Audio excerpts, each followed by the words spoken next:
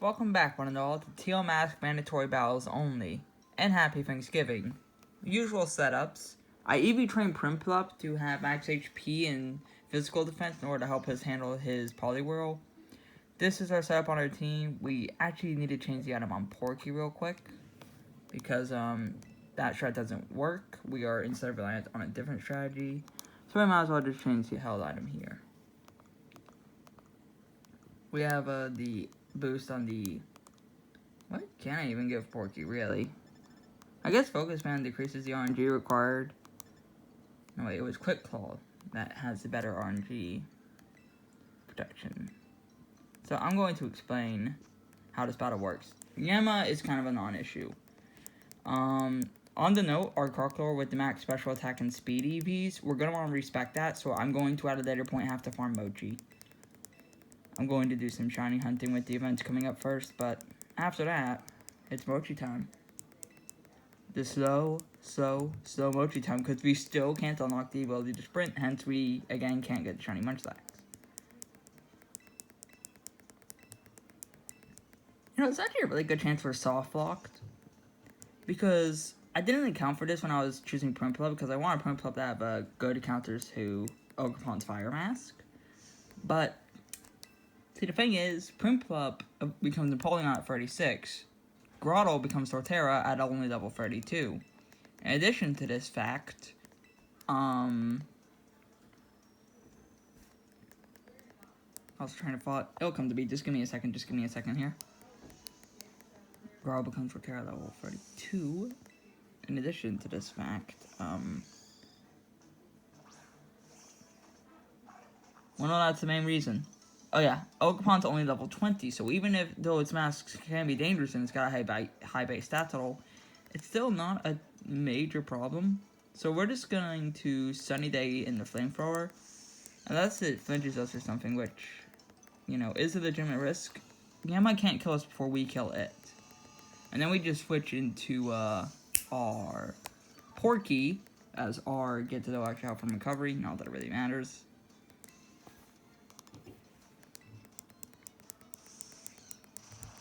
We're using Sunny Day to decrease the power of Cramorant's Surf when it comes out. More than anything, because I'm pretty sure we one-tap with or without. And now, this is where the big RNG comes in. There's 3 ways for us to kill Cramorant without Porky dying. We can sacrifice Porky. Sacrificing Porky does win us the battle, but we need Porky alive so he gets the levels. So that's not really a viable option, battling as if in set mode, otherwise I just swap out the Porky here. There's 3 things we can do. 1, have a Quick Claw proc on the second time we use Body Slam. 2, we can have a Paralysis proc on the first time we use Body Slam. 3, we can crit on the first Body Slam. The odds of any of these happening are not fantastic, but none of them are really impossible. We just have to, point is we have to go first on the second Body Slam, or kill on the first. Now, I think a crit kills it, but only for Terrasilize, and there's no point in this battle where we need Terrasilization aside from this. So, using Terrasilizing here is all benefit, no downside. So we're just simply going to do so. This originally had a strat where I thought I could use Lychee Berry to just security kill with Body Slam. And that works on paper, save for the fact that, Paralysis. Oh, yeah, we're in. We will now outspeed and be able to kill safely. This is our reason Cramorant's a big problem. That deals a set percentage of our health, and it's a nasty chunk. Outspeed and kill.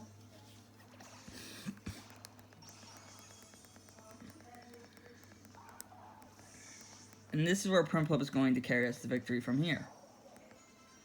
Thanks for the level. So he goes into Poliwhirl, which means he's now going to try to, Karate Chop or was it Brick Bake? Some sort of fighting move because it sees to call him Porky and it does outspeed. I wonder if I could get Impact with Kick Claw there, but then Porky would just die to the next thing. Untitledgoos is gonna come up. Again, we're maxed out on our defensive EVs here. And theoretically, if we really get desperate, we can farm Nature Minch from Ogre Alston too. Anywho, so we're going to protect just for the extra health. You may be wondering why Ice Beam of all things. The answer is that, it's for a certain Pokemon later in the battle. I gave, Prinplup, Untitledgoos, Mirror Herb, not Mirror Herb, Yawn, via the Mirror Herb trick via Picnics. We gained no EXP in that Picnic. I forgot to show the EXP at the start of battle, but, like, come on, like, you can, like, calc out the EXP if you're really worried about the legitimacy. You've seen every point of EXP I've gained, after all. We're going to protect, so it doesn't deal more damage to us. We're going to need to be at decent help when Dippin comes out. The thing about Dippin is that an Ice Beam does not one-tap. I don't think a Blizzard would one-tap either. But we can Yawn, Protect into 2 Ice Beams. You may be wondering why we don't Protect on the first turn, despite the fact that he will very obviously kill up with Cirrus Bomb. And that is, the AI, the vast majority of the time, not necessarily 100% of the time, will go for Defense Curl on the first turn that Dippin is out. Once you get past Dippin, we're safe. The reason we go Water EXP power instead of Grass EXP power for this battle is because Cramorant has a decent XP yield and he has 2 Water Pokemon, meaning that strategy gives us the most EXP overall. He's not guaranteed to wake up this turn. He's guaranteed to wake up next turn if he doesn't wake up this turn, I think. So I'm going to Protect next turn.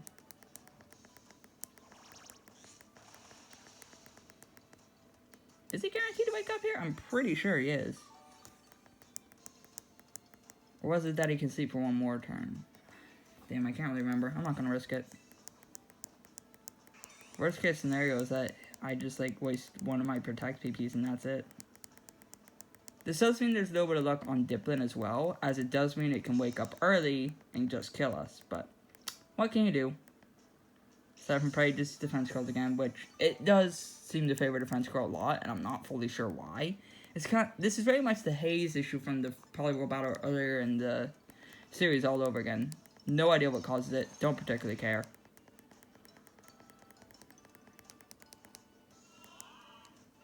So this run is basically just evolved into a bunch of sleepy boys. Since there's not a lot to talk about until Poliwhirl goes down, how about we talk about how I'm doing? I'm actually doing quite well.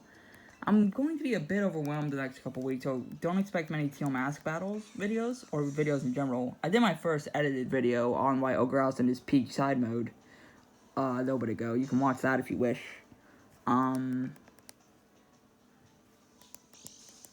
It's on my channel. I might make a playlist for the more professionally edited videos. I'm going to do a professionally edited... Well, professional is very relative term. What I mean is that's, like, not, like, raw recording from my phone with live commentary. I'm going to do post-commentary with an actual script video on Teal Mask mandatory battles only. That'll be fun. You know, there is an argument to be made. But yeah, I'm doing pretty good. Next game is going to be fun. I'm going to spend it with some found family and their family, so that's going to be great. Really looking forward to that. They're all truly wonderful people. Shite. Maybe we'll miss? A man can dream, can he? A man can dream. Now,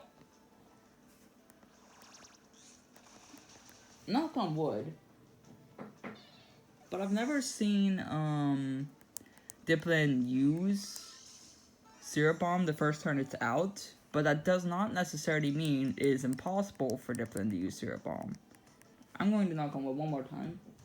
Got this one in desk next to me I can knock on. But essentially what that means is that, like, we can yawn first turn. Yawning first turn is much safer than protecting first turn because it favors Defense Curl on the first turn. I have seen it Syrup Bomb on turn 2. And I've lost an attempt because of that. But we could risk it going for Defense Curl again. But I think that risking it waking up early is a less risky option than the former.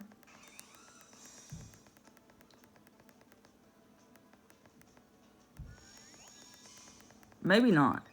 I don't rightly know now. This kind of calls my mathematics into question.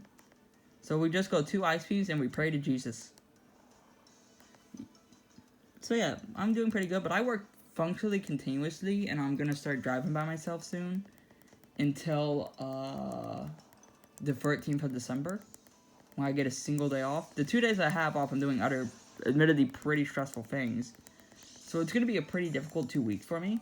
but it'll get my finances in order, and I'm going to be able to drive by myself, which is a huge plus. Once I get past the anxiety of initially doing it, it's actually going to be a lot more fun way to live to be just be able to transfer myself, and it will be a lot better for the people I live with. I don't want to inconvenience them, because they're wonderful people. Crit mattered. Dippin gives a lot of XP, but again, the 2 water-type Pokemon give more EXP from the food overall. Again, I'm sorry I didn't show my EXP at the start. I'm going to still show my EXP at the end. We're going to learn Swagger. That might be of use to us later, but not right now.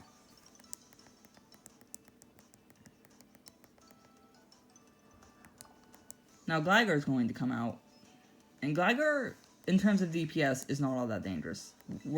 I'm simply going to yawn him, protect, and then a double Ice Beam. Yeah, like, see? Max investment handles Gligar pretty well. And from here, we can just kill it with 2 Ice Beams. It can't really kill us outside of, like, critting twice in a row at this point. But I'm not going to take any chances given how many attempts this battle has taken me. So yeah, on the whole, probably a pretty difficult 2 weeks ahead. But aside from that, I am quite well. There's also the anxiety of getting used to driving. But, that's just another difficult week or so. And then I'm good to go on that, too. I got a therapy appointment on the 4th, so that's going well. Truthfully, I have little to nothing to complain about, aside from just, again, the next 2 weeks being a bit stressful. After that, though, assuming everything else goes to plan, I got a pretty bright future ahead. Now, if only I could figure out how to publish my fucking novel. I've been trying to publish... I've had this Spanish manuscript for years, and I still can't figure out how to get it published. Maybe I should try contacting... Oh, it's a 1-tap. But yeah, maybe I should try contacting a Writers Guild or something. Anywho, that's everything that we need to do. Porky's going to learn Headbutt. We're too slow to make Headbutt useful. But it is nice to have the option. Body Slam is better because Paralysis decreases enemy speed. And functionally, it's just a multi-turn flinch if you think about it. Because Headbutt makes the enemy miss the turn 30% of the time. Flinch makes them miss it 25% of the time. So Body Slam is more 2-in-1 than anything. Kieran can't take the L. Me too, pal. There's a lot of things I struggle to let go of. Fun fact, I suffer constant nightmares. I had one last night. I can't remember the finer details, like the, for lack of a better term, plot. But essentially there was an apocalypse in this big building, and like you could find your way into the basement where all the monsters were. And I was like stuck in the basement trying to climb my way back up. The top was like this arid, desert-esque nation with like those like stone round houses, you know, the ones with like the carved out doorways. And like it was too hard to survive up there, so I was stuck getting resources from the basement in order to survive. Yeah, we have to skip cutscenes on, cause fuck you. Game Freak will never let us shiny hunt these boys. I own Pokemon Go for the sole purpose of shiny hunting Pokemon that I cannot shiny hunt in the main series. And the second I can get them shiny in the main series, if I ever do so, those Pokemon Go marked fuckers are gone. I'm not saying Pokemon Go, Pokemon are that legit, I'm just saying I don't like that mark. It feels like a mark of shame to me. Maybe that's the point, to fuck players who care. Or maybe the point is to show that it's fully legit. Maybe it's having the opposite of the intended effect. Maybe it's just meant to be both for different types of players. In which case, well fucking played, Game Freak, but also you're an asshole.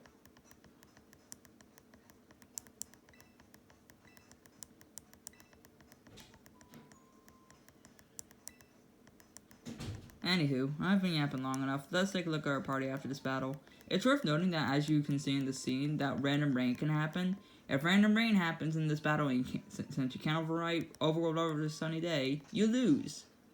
Just outright. So, if overworld rain occurs when you start during the pre-battle cutscene with Kieran, just take the L, my boy. Here's everyone's EXP points, and we are golden. I don't think I'm going to have time for Thanksgiving dinner to do first Monkey Dory fight, because, you know, you fight it before it becomes a Titan, but remember, there's a level 2 poison and XP power we can get that we're going to be using for all 4 of those battles. So, yeah.